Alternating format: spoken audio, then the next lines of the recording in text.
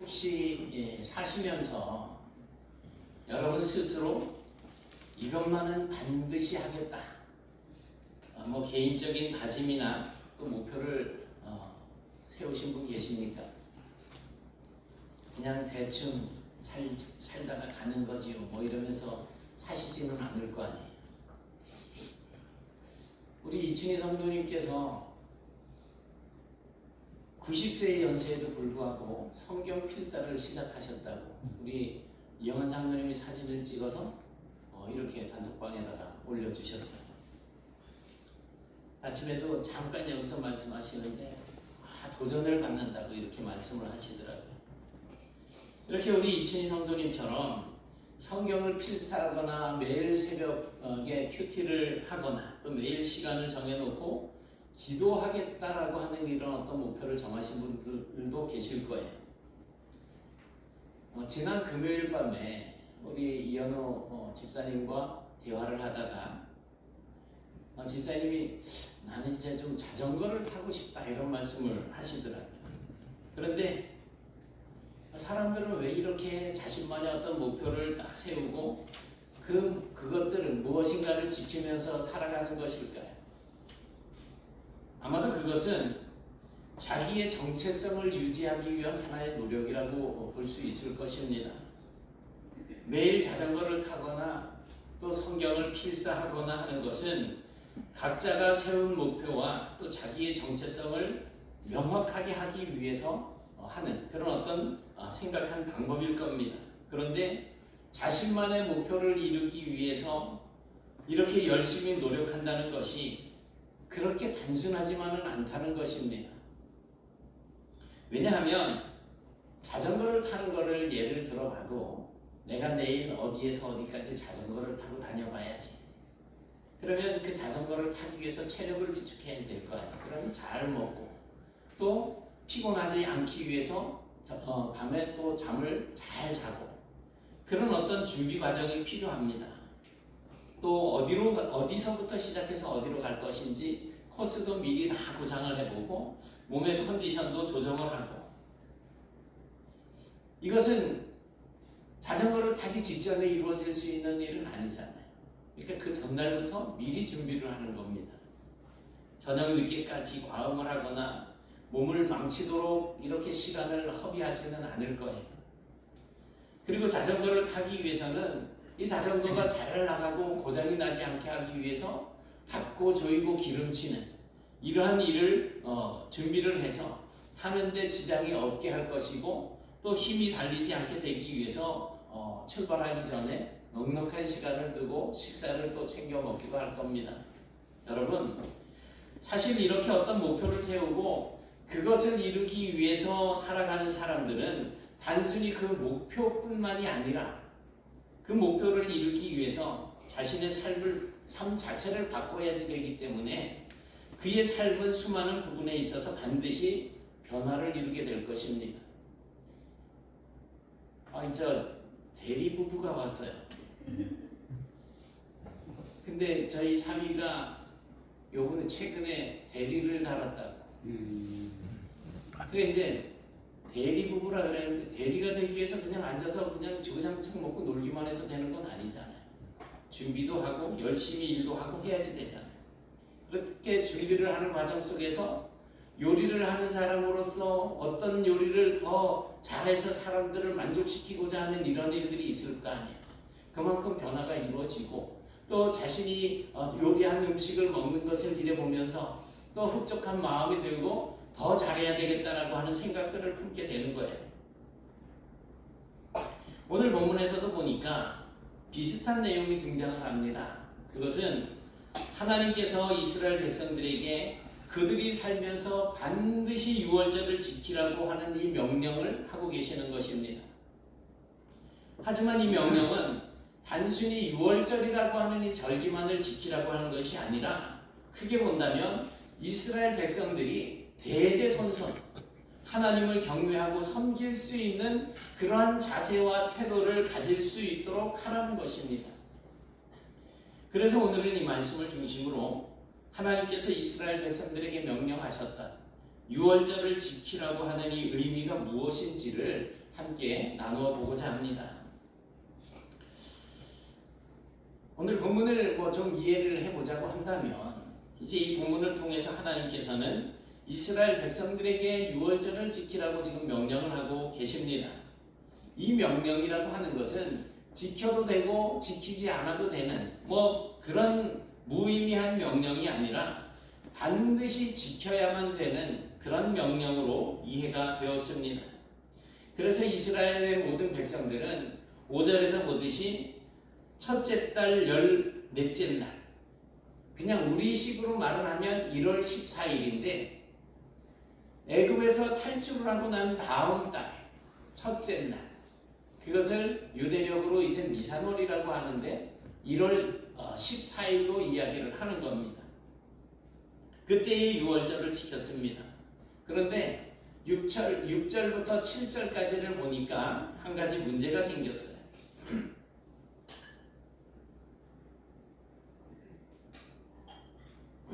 이스라엘 백성들 중에서 정말 피치 못할 사정으로 이 유월절을 지키지 못하는 그러한 사람들이 발생이 된 겁니다.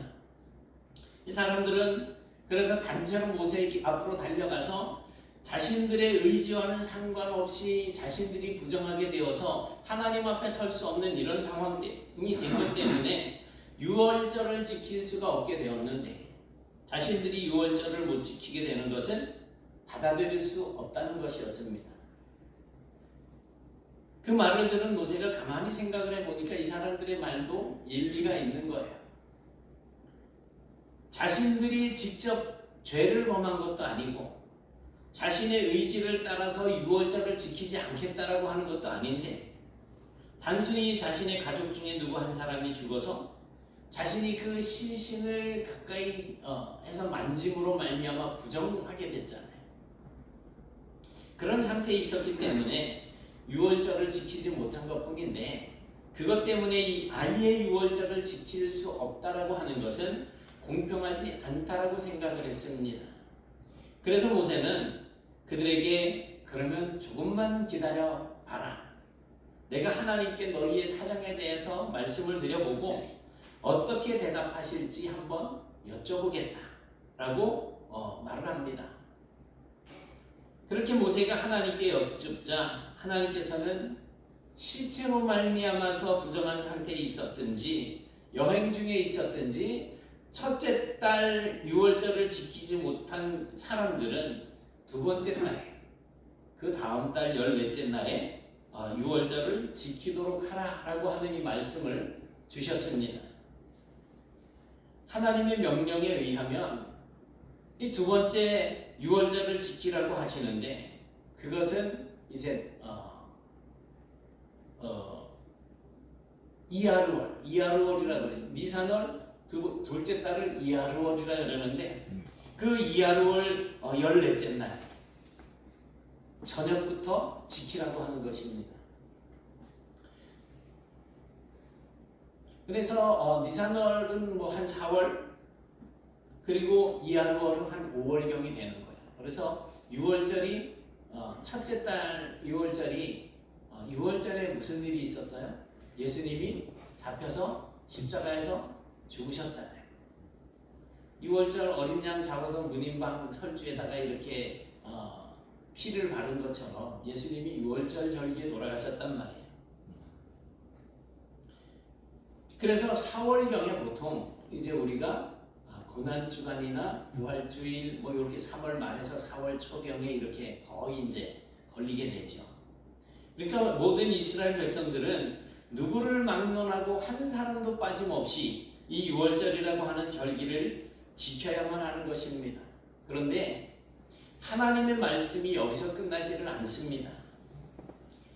이스라엘 백성들 가운데 유월절을 지키지 못할 만한 피치 못할 사정이 없었음에도 불구하고 이 유월절을 지키지 않는 사람들은 그가 누구든지 간에 이스라엘에서 끊어질 것이고, 또한 외국인이라고 할지라도 타국인들이 이제 반드시 본인들이 이스라엘 백성들과 함께 거하고 있어서 그 사람도 이 유월절을 지키고자 한다면 그들 역시 이스라엘 백성들이 지키는 그 유월절의 법칙대로 그렇게 지키라고 말씀을 하고 있는 겁니다.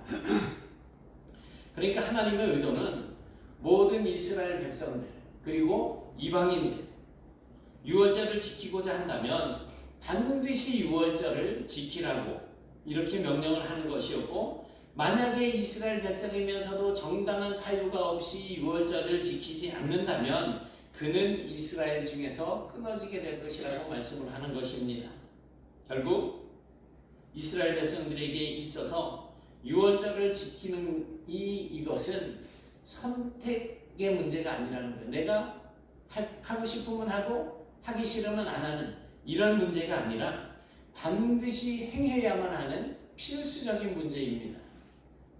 그렇다면 하나님께서는 왜 이렇게까지 유월절을 강조하셨을까요? 성경에서 유월절을 지키는 것에 대한 명령은 출애굽기 12장에 명확하게 우리에게 나타내 보여주고 있습니다. 유월절은 우리가 알고 있는 것처럼 이스라엘 백성들이 애굽에서 이제 빠져나오던 그때 출애굽을 하던 때에 바로가 애굽의 왕을 바로라고 이야기하잖아요. 바로가 백성들이 나가는 것을 막았습니다. 그래서 10가지 재앙이 내려지게 되는데 마지막 10번째 재앙인 애굽의 모든 처음 난 것들, 장자들을 죽이던 그 밤에 양의 피를 우슬초에 찍어서 그 집 문 인방과 문 설주에다가 뿌리고 아침까지 밖으로 나가지 말라고 하는 그런 명령을 받습니다. 그리고 하나님은 이 일을 규례로 삼아서 너희와 너희 자손이 영원히 지킬 것이라고 하셨고, 또 허락하시는 땅에 이를 때에 이 예식을 지키라고 그렇게 말씀을 하셨습니다. 그러니까 유월절은 단순하게 이야기하면 이스라엘 백성이 출애굽한 것을 기념하는 절기다 라고 할 수 있겠지만, 좀 더 본질적으로 이야기를 해보자면 이스라엘의 모든 백성들이 자기 백성들을 구원하시는 하나님의 능력과 하나님의 은혜와 하나님께서 구원해 주시는 그 구원을 기억하고 기념하는 절기라는 겁니다. 안상홍 증인회나 신천지가 이 유월절, 특히나 저 하나님의 교회라고 불리는 안상홍 증인회, 저 사람들은 자기네들만 유월절을 지킨다고 이야기를 하고 있어요. 유월절이 무엇인지 연구는 참 많이 한 것 같은데 구약의 율법에 매여 있는 그런 모습들을 우리에게 보여주고 있죠. 예수님이 오셔서 우리의 모든 죄를 사하시고 그리고 유월절 어린 양으로 돌아가셨다라고 하는 이 사실에 대해서 저들은 분명하게 알지 못하고 있는 것 같습니다. 하나님의 관점으로 볼 때 이 유월절은 백성들에게 하나님이 어떤 분이시고 또 어떻게 그들을 구원하셨고 또 어떻게 그들을 사랑하셨고 또 어떻게 그들에게 은혜를 베풀어 주셨는지 그것이 기억되고 싶으셨던 절기 같습니다. 하나님께서 우리에게 기억이 되어지고 싶으신 거예요. 그러므로 하나님의 백성이라면 반드시 이 유월절을 지킴으로써 하나님과의 그런 관계성 안에 들어갈 수 있기를 기대하셨고 그렇게 하나님이 우리에게 기억되기를 원하셨던 것입니다. 여러분, 여기서 우리는 하나님의 성품 한 가지를 또 발견할 수가 있어요. 하나님께서는 우리에게 어떤 일을 행하셨고 우리를 구원하시기 위해서 어떻게 일을 진행하셨고 또 어떻게 우리에게 은혜를 베풀어 주셨고 하는 이런 모든 일들을 꼭 기억해 주기를 바라시는 분이라는 거죠. 우리에게 성탄절도 중요하고 또 부활절도 중요합니다. 이 땅에 예수님이 태어나신 날은 얼마나 중요하고 귀합니까? 그리고 우리의 죄를 대신해서 죽었다가 다시 살아나신 날은 또 얼마나 귀하고 중합니까? 그런데 그에 못지않게 예수 그리스도께서 우리를 구원하시기 위해서 이 세상에 오시고 또한 우리의 죄를 지고 십자가에 죽으신 사건도 굉장히 중요한 사건입니다. 이 사건이 없었다면 예수님이 부활하실 일이 없었잖아요. 아울러서 누구도 상상할 수 없었던 그 위대한 구원을 실행하신 하나님께 영광과 감사와 찬양을 올려드리는 것도 굉장히 중요합니다. 사랑하는 여러분, 유월절을 기억하고 기념하는 것은 하나님이 출애굽을 통해서 구원하시고 은혜를 베푸셨던 모든 이스라엘 백성들로부터 기억되고 기념되기를 원하셨던 것입니다. 그렇게 유월절 어린 양으로 오신 예수 그리스도를 통해서 저와 여러분은 죄에서부터 구원해 주신 하나님께서는 분명히 우리가 하나님을 기억하고 기념하고 찬양하게 되기를 원하실 것입니다.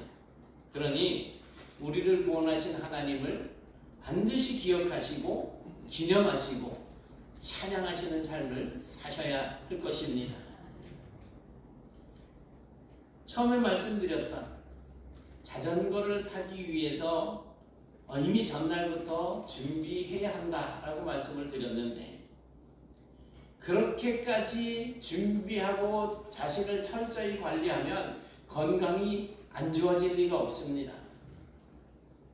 그러나 그것은 단순하게 자전거 때문만이 아니라 준비하는 그 과정에서부터 자전거를 탄 그 이후의 효과들까지 합해져서 단순하게 이제 건강만 좋아지는 것뿐만이 아니라 생활 자체를 바꿔놓을 수 있고 또 삶의 질이 바뀌어질 수도 있습니다. 유월절도 마찬가지인 거예요. 이스라엘 백성들에게 단순하게 이 절기를 지키라고 하는 그런 의미는 아닙니다.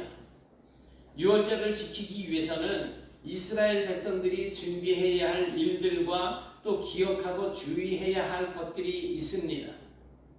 그리고 이 유월절을 마치고 난 후의 과정들도 굉장히 중요합니다. 예를 들어서 우리가 익히 알고 있는 이스라엘 하면 제일 기억에 남는 장소가 어디예요? 예루살렘 빼고. 잘 모르세요? 이스라엘 지금 예수님의 그 시대에 우리가 딱 떠오르는 지역. 갈릴리. 그럴 줄 알았어요. 제일 우리가 기억하기 쉬운 장소잖아요.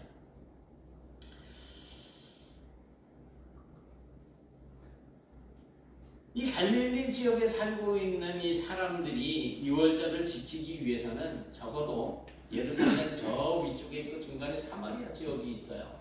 유대인들은 사마리아 지역을 지나다니기가 꺼려지는 거예요. 왜냐하면 거기가 자기들이 보기에는 죄악된 도시였기 때문에, 부정한 도시였기 때문에 이쪽으로 요단강이 있고 요 사마리아가 있으면 요 요단강을 건너서 이 위로 올라가서 다시 요단강을 건너가서 갈릴리 지역으로 넘어가는 거예요. 자, 그렇게 가다 보니까 그 시대에 무슨 요즘처럼 자동차가 좋은 것이 있는 것도 아니고 하다 보니까 가는데 일주일, 오는데 일주일, 적어도 길에서 보내는 시간이 거의 2주 정도 소비가 되는 그런 거리입니다.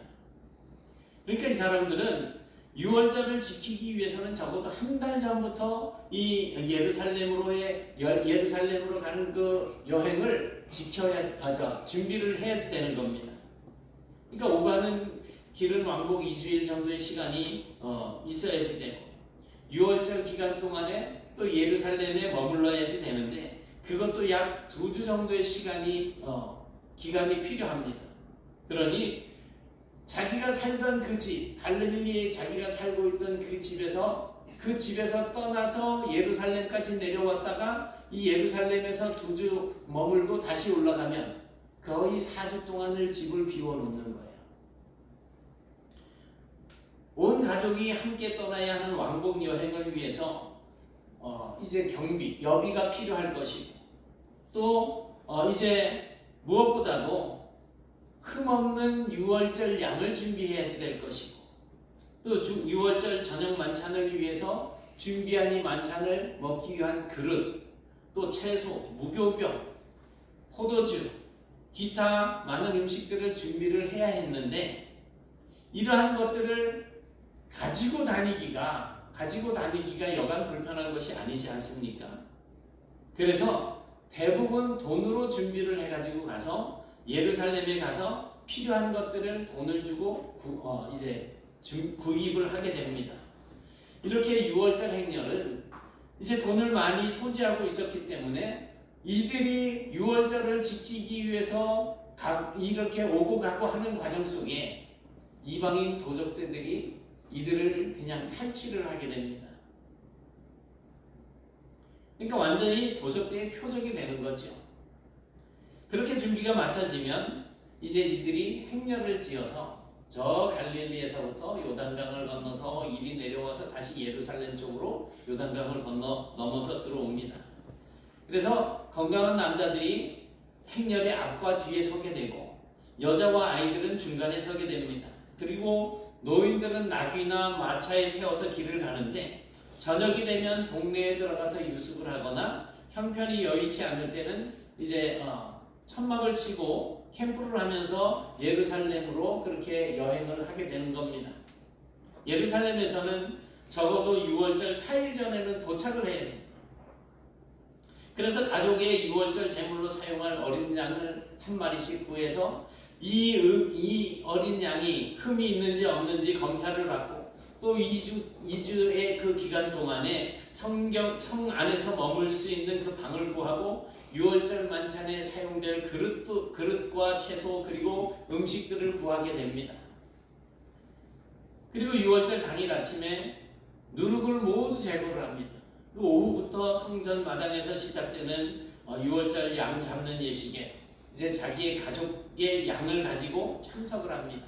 그렇게 이제 성전 마당에 6월절을 잡으면 그 양을 가지고 와서 화덕에다 굽는데 화덕에 양을 굽는 동안 만찬을 위해서 다른 음식들도 준비를 합니다. 드디어 저녁이 되면 6월절 만찬이 시작이 되어지는 거예요. 만찬 시간 동안에는 주로 읽고 나누고 하는 이러한 내용들은 하나님께서 우리를 어떻게 애국에서 구원해 주셨는지에 대한 내용입니다. 그렇게 만찬은 자정까지 진행이 되고 자정이 되면 드디어 만찬이 마쳐지는데 만찬을 마칠 때는 시편 113편에서 118편 흔히 할렐 찬양이라고 부르는 이 시편을 이제 부르고 마칩니다. 새벽이 지나고 날이 밝으면 율법대로 만찬 때 사용하고 남은 고기를 이제 모두 다 태워요. 그리고 일주일 더 머물다가 다시 갈릴리로 돌아갈 준비를 하게 됩니다. 남자들은 한 번이라도 더 예루살렘 성에서 행해지고 있는 그 장엄하고도 웅대한 성전의 제의를 보기 위해서 부지런히 성전으로 또 올라갑니다. 이렇게 무교절이 지나면 이제 유대 광야를 거치고 여리고를 지나고 요단강을 건너서 요단강 길을 따라 북쪽으로 올라가는데 일주일 정도 북쪽으로 올라가면 다시 이제 본인들이 살고 있던 갈릴리 집으로 돌아갈 수 있는 거예요. 왜 이 지루하게 그런 설명을 하고 계십니까? 다 피가 되고 살이 되고 알아놓으시면 기억해 볼 것은 6월절을 준비하는 과정뿐만 아니라 6월절을 지키기 위해서 예루살렘으로 올라갈 때 그리고 예루살렘에 도착해서 시간을 보낼 때 그리고 무사히 6월절 이 행사를 마치고 다시 집으로 돌아올 때까지 모든 순간이 하나님의 은혜가 없이는 이루어질 수 없다는 겁니다. 거의 한 달 동안 비워놓는 집이 비어있어요. 그 동네 그냥 다 비어있는 거죠. 어떤 일이 일어나겠습니까? 도적들이 저 유대인들 저 예루살렘 가서 6월절 지키는 기간이다. 야 가자. 다 털어가도 누구 하나 어떻게 지킬 만한 사람이 없잖아요.